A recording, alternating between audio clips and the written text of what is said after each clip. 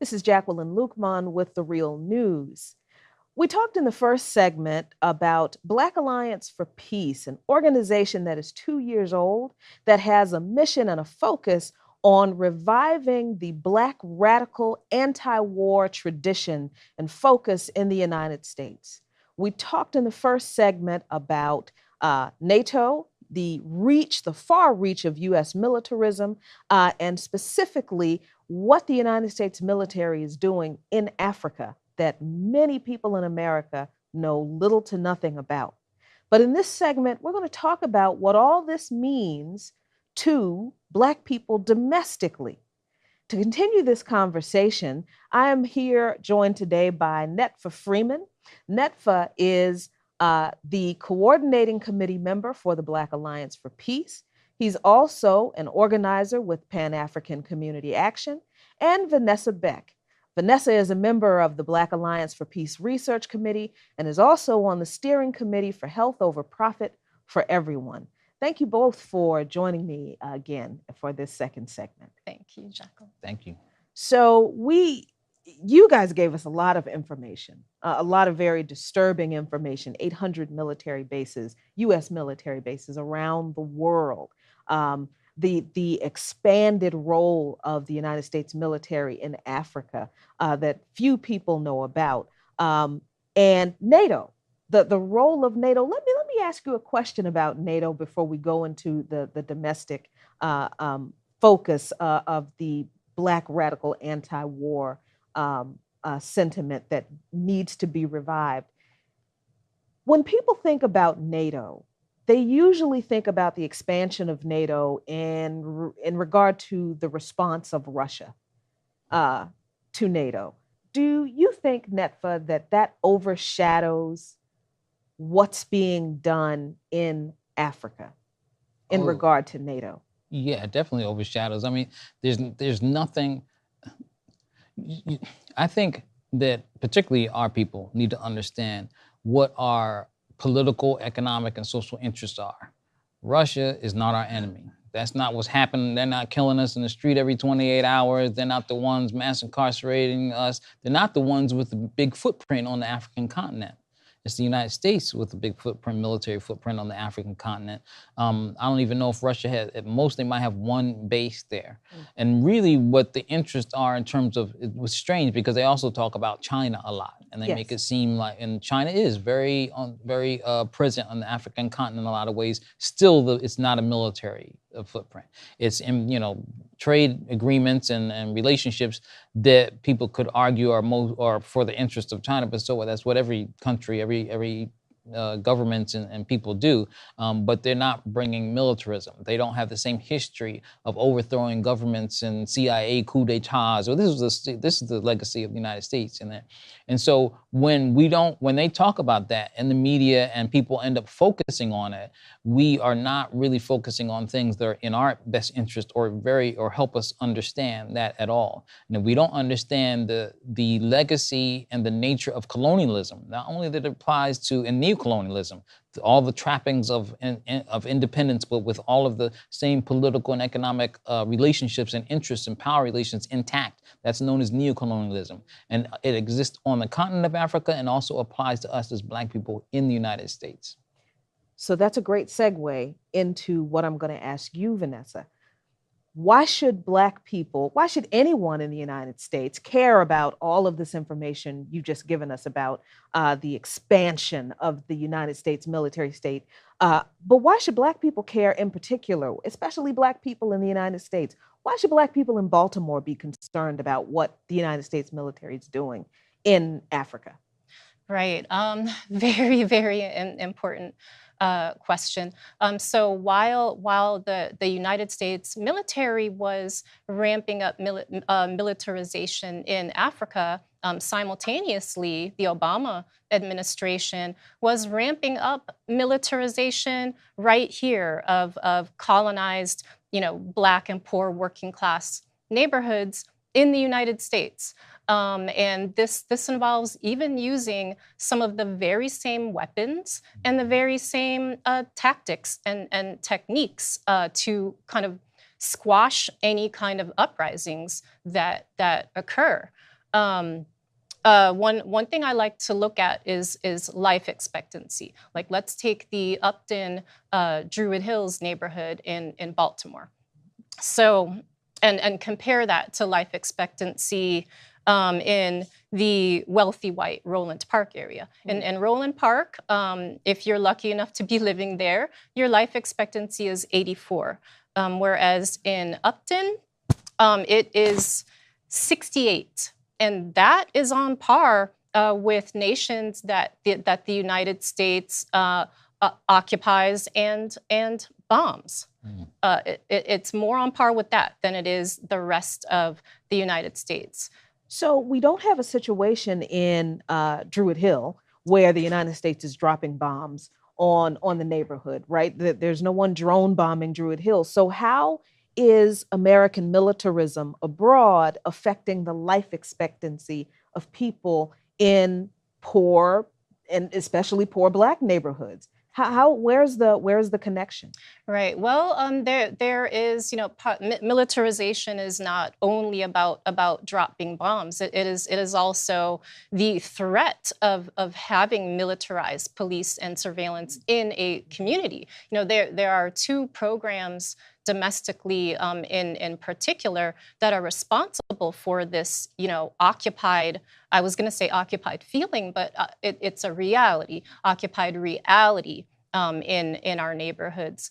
There's the 1033 program, which allows any kind of local police to obtain military weapons from the Pentagon at reduced rates or for free. And this even applies to school districts, and campus police can get these weapons.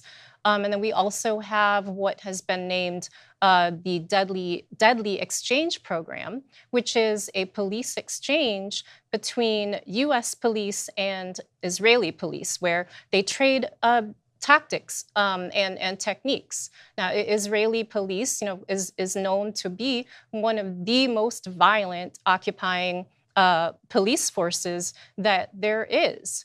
And Israeli police, meanwhile, recognize that United States police are a terrorizing force on Black people domestically. So there's this intensification of militarization that we particularly see, when Black people are uprising here over shootings or over conditions in their neighborhoods. Then it is very much out in the open. But this affects us, just the daily stress of living under these conditions affects our health even. So under the 1033 program in particular, I'm recalling images from Ferguson, Missouri. I'm recalling images from right here in Baltimore during the Freddie Gray uprising, where you see police officers in what look like militarized vehicles, like tanks. So you're saying that they really do come from the Department of Defense. And not only can police departments, but you also said, Vanessa, campus police and school police, as in public school police, can obtain the same type of materials. Yes. Armored vehicles, grenades, rifles, automatic weapons, and any of these kinds of military weapons are obtainable. So, Netfa, what does Black Alliance for Peace do in order to combat these kinds of programs and also to educate and mobilize people to understand why they have to be aware of them and why they have to be opposed? What campaigns does Black Alliance for Peace have that people can be joined with? So our three major campaigns was, the first one was the coalition is participating in the coalition to close U.S. military bases around the world. And then we've done that since the coalition, there's a lot of direct action and things like that. The two main campaigns that are pretty much, I don't even know if it's actually kind of one campaign, but they're two things. We see them as one, but two components to it. Is first, the U.S. out of Africa shut down AFRICOM, where in both of these we're using petition drives, direct teach-ins, things like that, going on, doing media, doing propaganda work in terms of, well, people, I use the term propaganda work. I know people might not be used to it that way, but it's really just passing around information, right, for a particular purpose. Yes. But it becomes as a, word, charged word. But we pass out information about it. We do media about it. We do going on like we went on the Hill. So we're trying to get other policymakers to understand and maybe set some resolutions or legislation or whatever around these kind of things, briefings like the one we're going to try to do a briefing on the Hill, get the policymakers to do a briefing on the Hill about the impact of AFRICOM. And so we want all the withdrawal of all U.S. military presence out of the continent, and then for there to be this briefing that talks about the impact of it.